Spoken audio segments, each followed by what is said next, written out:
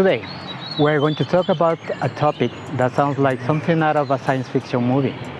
An MIT study says that ChatGPT, the friendly robot that writes essays for us so we don't have to break a sweat, could be making our brains think less.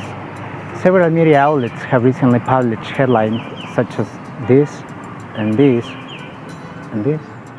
To better understand this news, let's go to the primary source and analyze the new MIT study led by Dr. Natalia Kuzmina, which raises serious doubts about the effects that excessive use of ChatGPT could have on our brains. The article titled, "Your Brain on ChatGPT, Accumulating Cognitive Debt When Using an AI Essay Writing Assistant," analyzes how the human brain behaves when it relies too heavily on AI. Researchers found that most people who rely on the AI tool to write have difficulty staying mentally focused, and many don't even remember what they wrote minutes later. Apparently, the AI doesn't just write for you. It also erases your memory so you don't feel guilty. They also determined that there is a decrease in neural activity, memory lapses, and a loss of original thinking. I think AI is like a credit card. If you use it too much, you get into debt, and then the bill arrives, but in neurons. Join me to discover the fascinating results of this scientific study. You will be surprised. MIT researchers studied how using large language models, LLMs, like ChatGPT affects the brain and writing behavior. Participants were divided into 3 groups. One used ChatGPT, another used a search engine or Google, and the third wrote without any tools. Over 4 sessions, they completed writing tasks while their brain activity was monitored using EEG. The study divided 54 subjects, aged 18 to 39 from the Boston area, into 3 groups and asked them to write several SAT essays using ChatGPT, Google search engine, or neither, respectively. So she and her colleagues asked the participants to write 20-minute essays based on SAT questions, including topics on the ethics of philanthropy and the risk of having too many options. While the subjects were being tested, the researchers used an electroencephalogram, EEG, to record brain activity in 32 regions. After writing the 3 essays, the participants were asked to rewrite one of the previous papers. However, the ChatGPT group had to do so without the tool, while the brain-only group could now use ChatGPT. The results, they found that of the 3 groups, ChatGPT users had the least brain interaction and consistently poorer performance at the neural, linguistic, and behavioral levels. Furthermore, they produce extremely similar essays, lacking originality and based on the same expressions and ideas.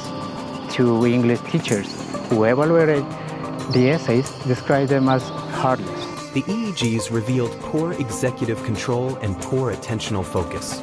And for their 3rd essay, many of the writers simply gave ChatGPT the question, and it did most of the work. It was more like, just give me the essay, refine this sentence, edit it, and that's it, Dr. Kuzmina stated. Could this be evidence that artificial intelligence is managing to replace human intelligence? What do you think? Leave me your comments. It's important.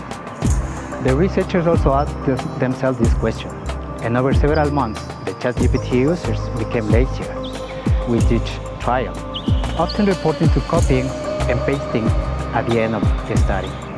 In contrast, the brain-only group showed the greatest neural connectivity, especially in the alpha, theta, and delta bands associated with creative ideation, memory loading, and semantic processing. The researchers found that this group was more engaged and curious, took greater responsibility for themselves, and expressed greater satisfaction with their trials. The group that used Google search also reported high satisfaction and active brain function. Interestingly, this group fell somewhere in the middle.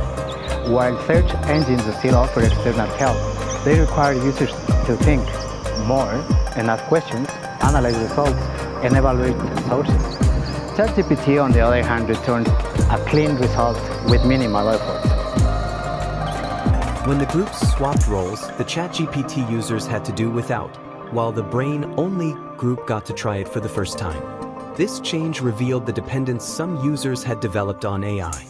For a better understanding, here are the main key findings. Memory virtually disappeared. A staggering 83% of ChatGPT users couldn't recall what they had typed minutes earlier. In contrast, only 10% of those not using AI or Google search experience similar memory issues. Will think for oneself become exotic? What do you think? This isn't an exaggeration. The study revealed that in just 4 months, ChatGPT users experienced steady declines in memory, engagement, and originality. Are we becoming more efficient, or simply turning the human brain into a decorative accessory? This goes beyond convenience. It's about freeing up mental effort. When people start tasks with AI from the beginning, they tend to stop thinking deeply. Planning, analyzing, and revising, those states fade away. Dependence on AI. It's worth noting that dependence on AI came at a price. When the ChatGPT group had to write without it, their brains showed signs of cognitive fatigue. In other words, they had difficulty concentrating and their overall performance declined. Here we have to ask ourselves, what does this mean for schools and workplaces? The implications go beyond the academic realm. Students who rely too heavily on AI will see their writing skills deteriorate. And in the workplace, teams that rely on AI for reporting and communications will be short-circuiting their own creativity. As Albert Einstein once said, creativity is intelligence having fun. Which leads us to think and wonder, if we replaced human intelligence with artificial intelligence, would we eventually become less creative? What do you think? Think and comment. Used strategically, the tools can boost productivity and creativity. However, when people delegate the entire process from the beginning, they risk losing the mental capacity necessary to think independently. Developing brains, like children and adolescents, are particularly at risk, which is why we must use AI to develop our own ideas, not replace it. And how is this technology affecting education on developing countries?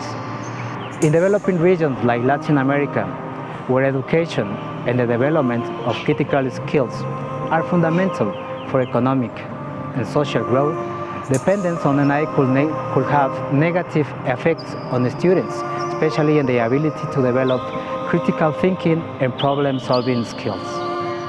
Creativity and innovation are increasingly valued for economic cultural development. Dependence on AI could limit the ability to generate original ideas and innovative solutions. Therefore, it is crucial to promote responsible use of AI tools in developing countries. As the adoption of digital technologies is growing, it is important to promote a balanced use of AI that enhances human capabilities and avoids the loss of essential cognitive skills. Finally, the integration of technologies in education is an increasing trend, so it is crucial to investigate how the use of AI will impact the students' skills. The moral of the story isn't, don't use ChatGPT. It's, don't let it think for you. Start with your own ideas. Use AI as an ally, not a crutch, because the cost of convenience could be higher than we think. Let's not let AI turn us into automatons without memory or soul. Exercise your brain. Think, question, and create. Because in the end, artificial intelligence is just that, artificial. True intelligence is within you. Follow me to discover more scientific, current, and innovative information. But if you are already doing so, congratulations, you are becoming a better informed citizen.